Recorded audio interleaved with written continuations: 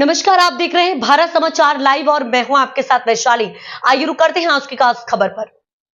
भाजपा नेता व पूर्व सांसद सुब्रत पाठक का सपा पर हमला। सपा सुप्रीमो अखिलेश यादव के बयान पर किया पलटवार।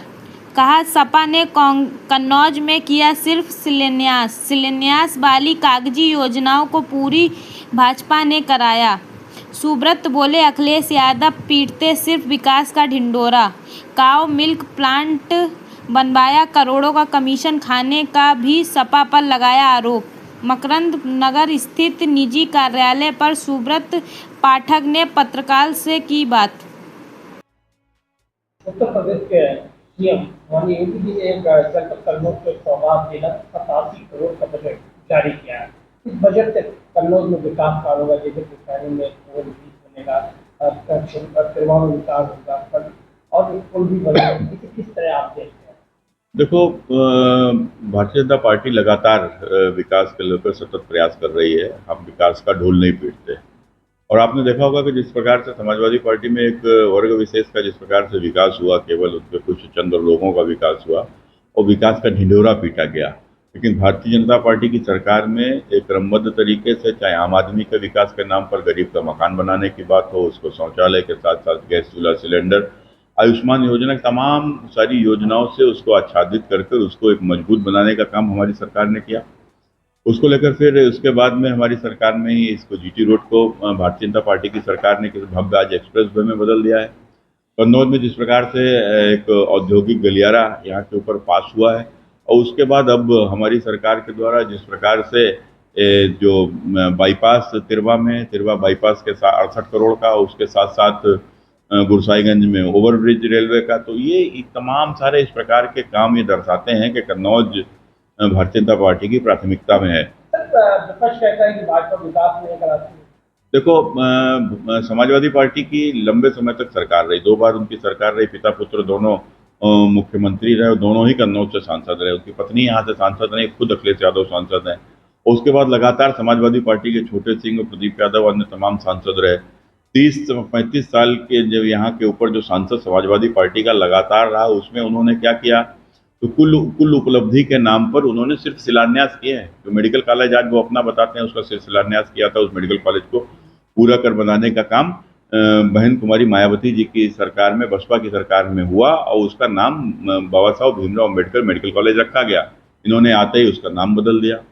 और इसके अलावा फिर इनकी दूसरी उपलब्धि क्या है? इनकी उपलब्धि जो भी इन्होंने कन्नौज के भीतर इन्होंने मंडी की बात करते हैं, उस मंडी को पैसा देकर पूरा कराने का काम हमारी सरकार ने किया। इन्होंने सिर्फ उसका शिलान्यास किया। तो इन्होंने शिलान्यास किए हैं, इन्होंने काम कुछ भी नहीं किया।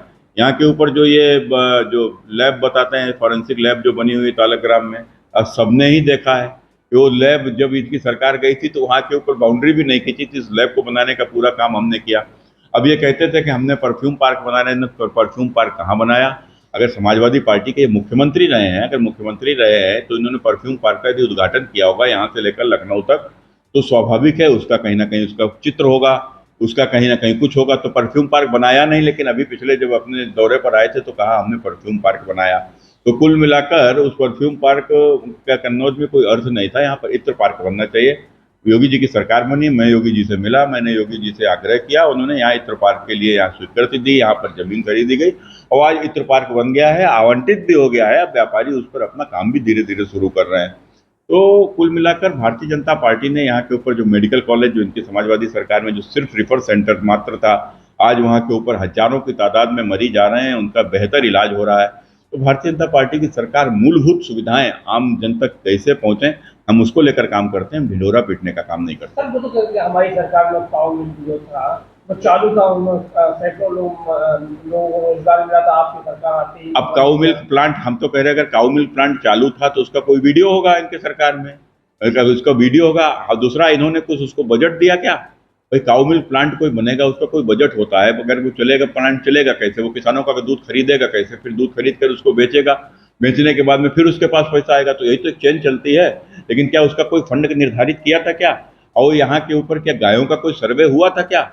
जिस क्षेत्र में बनाया है कि उस क्षेत्र में गायें हैं लोगों के पास में, क्या किसानों को गाय दिलाने के नाम पर कोई एक योजना देनी चाहिए थी जिससे उनको गाय के लिए फंड दिलाते, लोन दिलाते?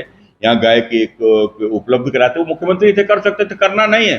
केवल हमारा कमीशन हमको मिल जाए तो 1000 करोड़ का काऊ मिल्क प्लांट जो भारत सरकार ने दिया, वो कन्नौज जाकर उसको बनाकर बस अपना कमीशन जेब में डाला, इसके सिवाय क्या किया। सर जी, अखिलेश जी भी आए थे, उन्होंने कहा हमारी सरकार बनेगी तो गरीबों को बिजली मुफ्त मिलेगी, इस पर क्या कहेंगे?